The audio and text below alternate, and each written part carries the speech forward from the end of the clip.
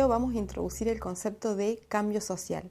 El cambio social es un tópico o una problemática central dentro del campo de la sociología. De hecho, la sociología nace o surge como producto del interés o la preocupación por las grandes transformaciones o cambios que experimenta el mundo moderno industrializado.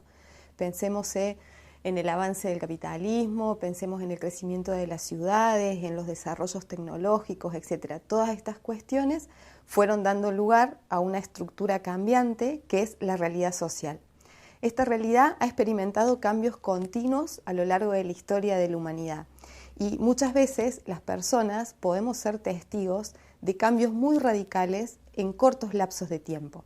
Pensemos, por ejemplo, en algunos elementos que son propios, característicos o familiares de nuestro sistema cultural, pero que probablemente alarman o desconciertan a nuestros abuelos.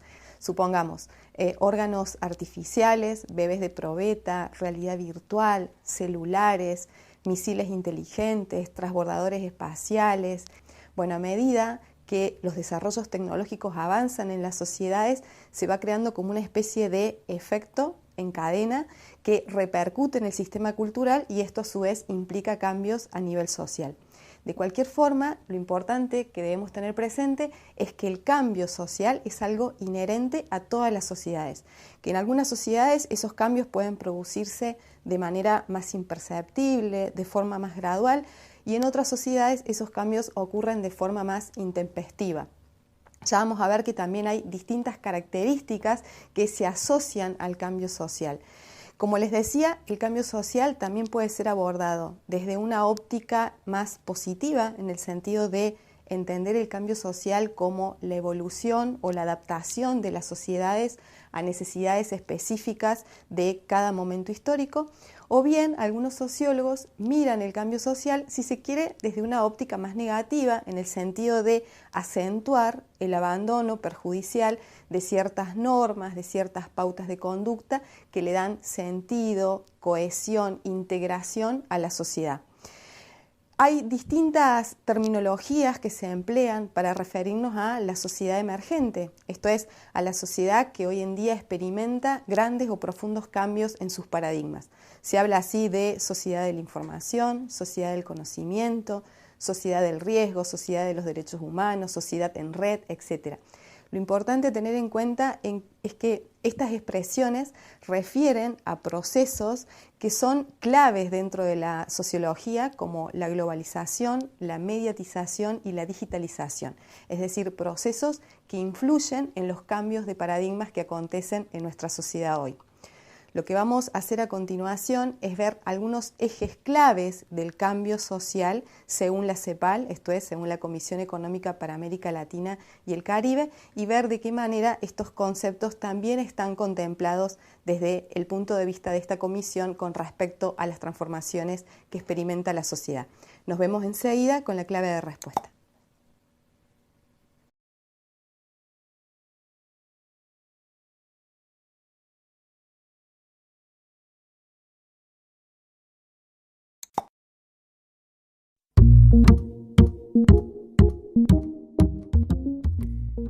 Muy bien, alumnos, durante el intervalo han estado trabajando en la actividad donde ustedes tenían que identificar las características de ciertos conceptos vinculados al cambio social. Para poder orientarlos y para que puedan evaluar si lo han construido correctamente, les muestro en pantalla la manera en que deberían haber empezado la construcción.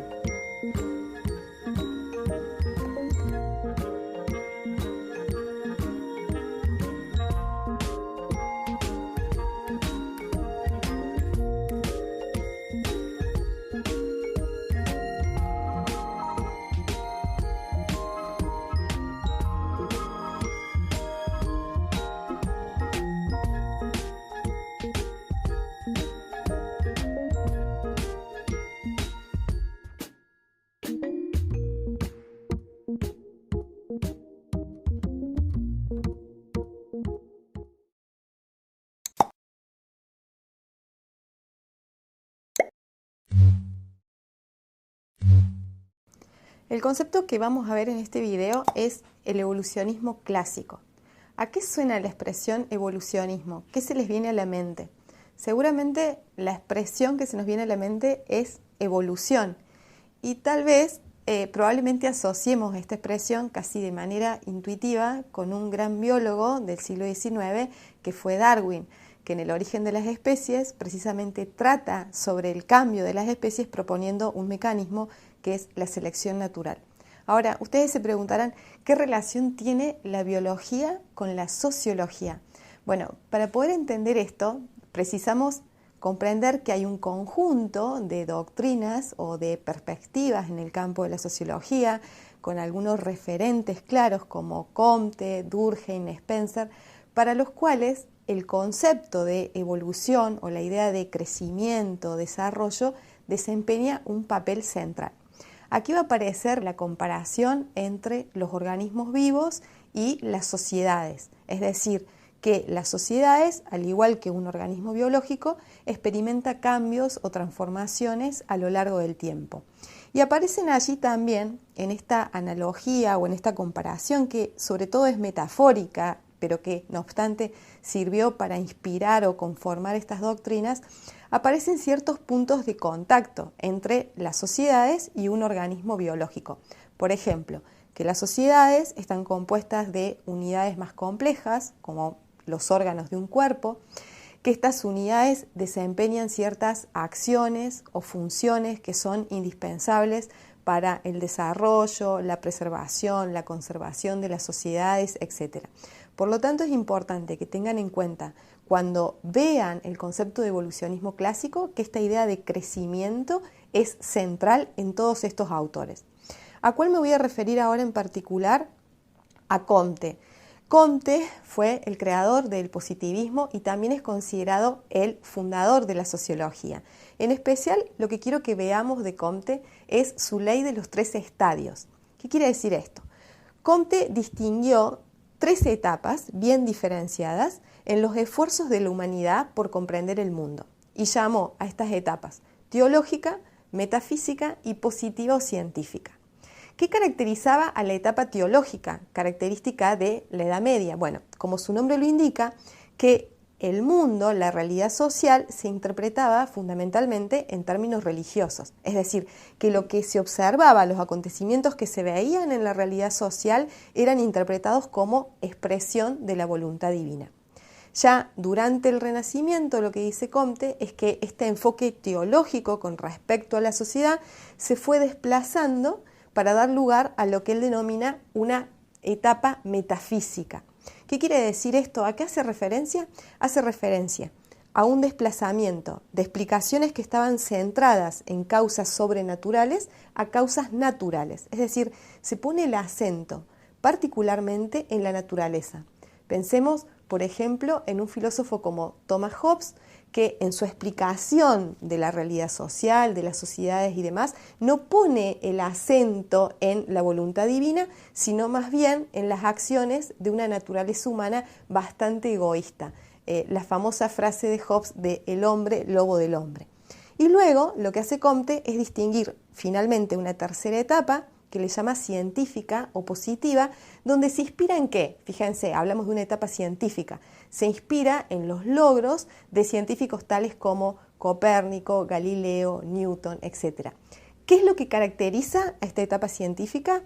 El uso de leyes, la aplicación de leyes generales para poder explicar los acontecimientos de la naturaleza. Leyes basadas ¿en qué? En la evidencia empírica, en la observación, en la experimentación, etc. La gran contribución, el gran aporte de Comte consistió en intentar aplicar este método científico al campo de la sociología. Lo que vamos a hacer a continuación es reforzar precisamente algunos conceptos claves de estas 3 etapas y nos encontramos luego para ver la clave de respuesta.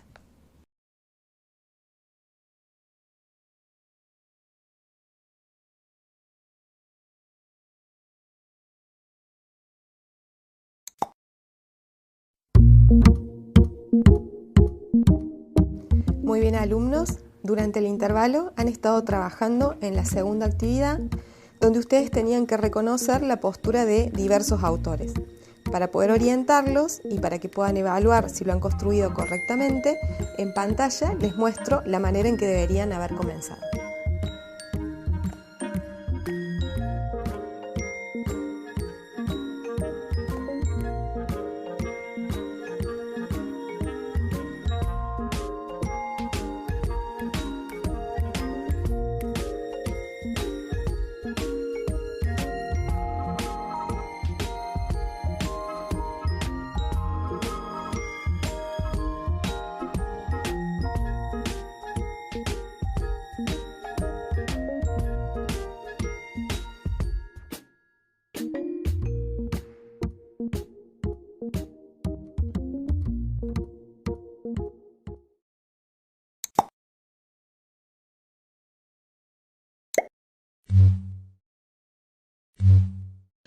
En este video vamos a abordar el concepto de modernización y materialismo histórico.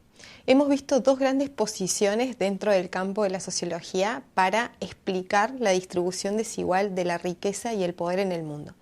Esas dos grandes teorías, esos dos grandes marcos teóricos reciben el nombre de teoría de la modernización y teoría de la dependencia. Ahora nos vamos a centrar en algunos rasgos característicos de la teoría de la modernización, pero pensándolos desde una problemática sociológica central que es la del cambio social.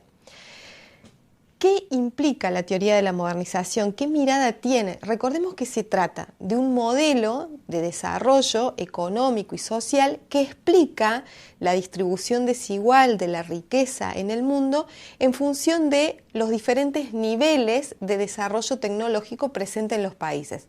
Pone un acento muy especial en lo que tiene que ver con el desarrollo de innovaciones tecnológicas.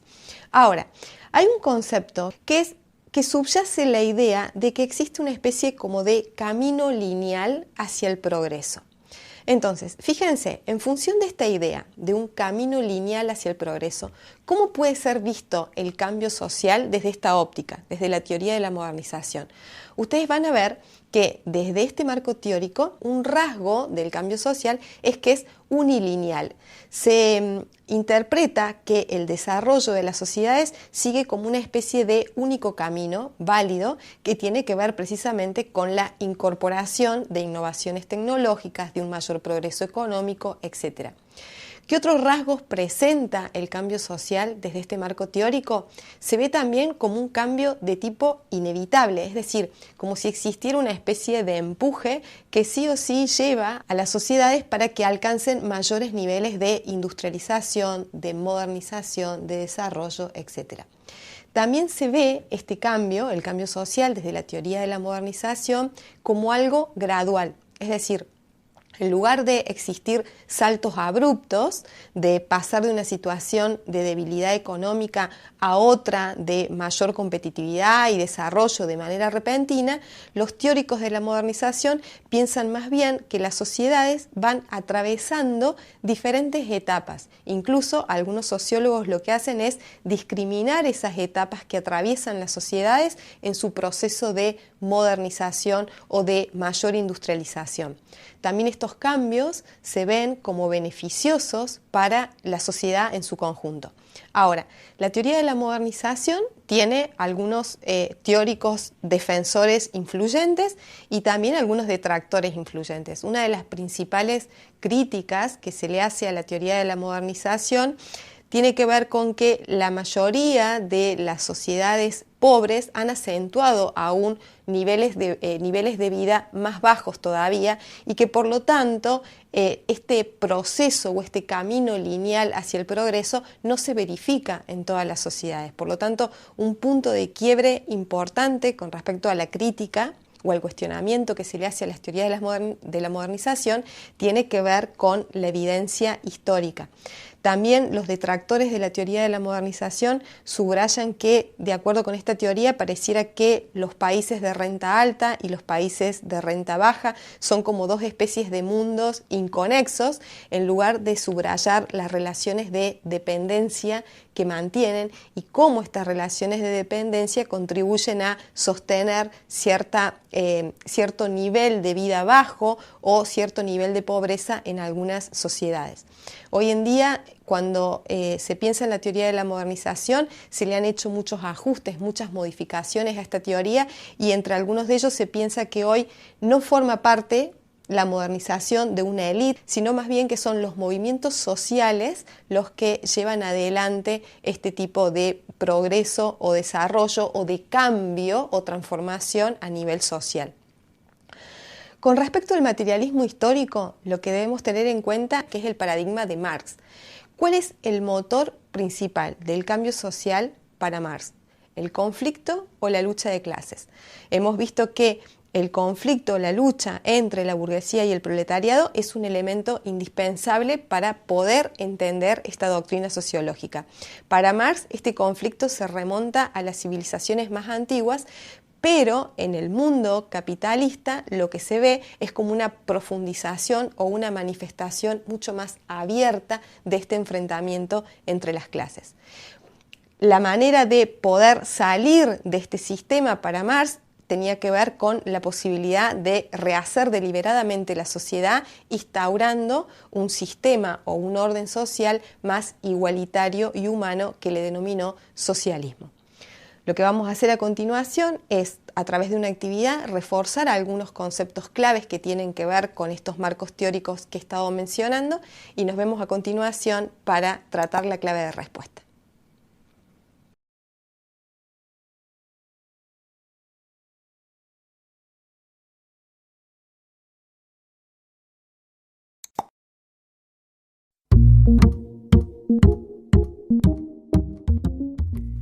Muy bien, alumnos, durante el intervalo han estado trabajando en la tercera actividad. Para poder orientarlos en pantalla, les muestro la manera en que deberían haber comenzado.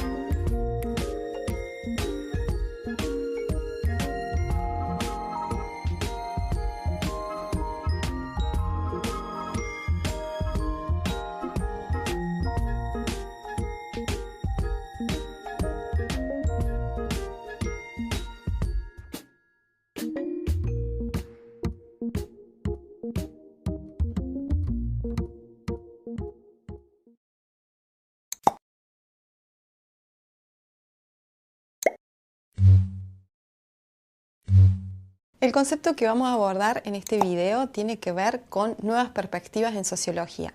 Una de las perspectivas que vamos a tratar está vinculada al eurocentrismo. ¿Qué es el eurocentrismo? ¿A qué suena?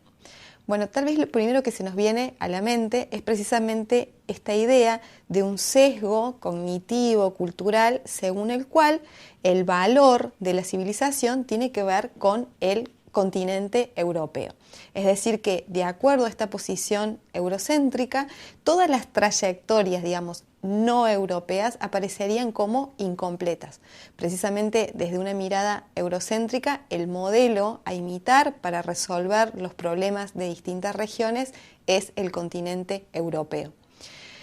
Muchas críticas se han realizado a este foco en el continente europeo para analizar las coyunturas o las situaciones de otras regiones del planeta. También se le han realizado algunas críticas desde esta mirada a el pensamiento de Marx, a su doctrina sociológica, poniendo el acento en que Marx, en su análisis de la sociedad, focaliza sobre todo su atención en las burguesías características o propias de Europa, y que cuando analiza las sociedades no capitalistas toma en cuenta las sociedades modernas europeas. Ahora, hay muchas implicancias que desencadena el eurocentrismo que son de gran relevancia. Pensemos que desde esta óptica uno pasa por alto las especificidades de cada región, las coyunturas sociales de cada lugar, las cuestiones que son características o propias de distintas regiones o lugares del planeta, adoptando una mirada de corte universalista o de corte totalizadora, según la cual las demás regiones del planeta deberían imitar o tomar, digamos, como parámetro para su evaluación o análisis de la sociedad lo ocurrido en el continente europeo. Hay muchas cuestiones vinculadas al desprecio que se esconden en argumentos de corte eurocéntricos, precisamente porque al hacer este foco en una especie de modelo a imitar, generan o promueven ciertos tipos de prejuicios y en algunos casos conflictos o enfrentamientos culturales muy graves. Cualquier forma de etnocentrismo, que en el caso del eurocentrismo es un tipo de etnocentrismo, es decir, una manera de juzgar la cultura de los demás tomando como parámetro la propia. Cualquier tipo de etnocentrismo genera incomprensión y, como decía antes, en algunos casos conflictos muy serios. ¿Qué manera podríamos tener de desarrollar una mirada que no fuera etnocéntrica? ¿Cómo podríamos pensar una alternativa a esta forma de mirar lo social?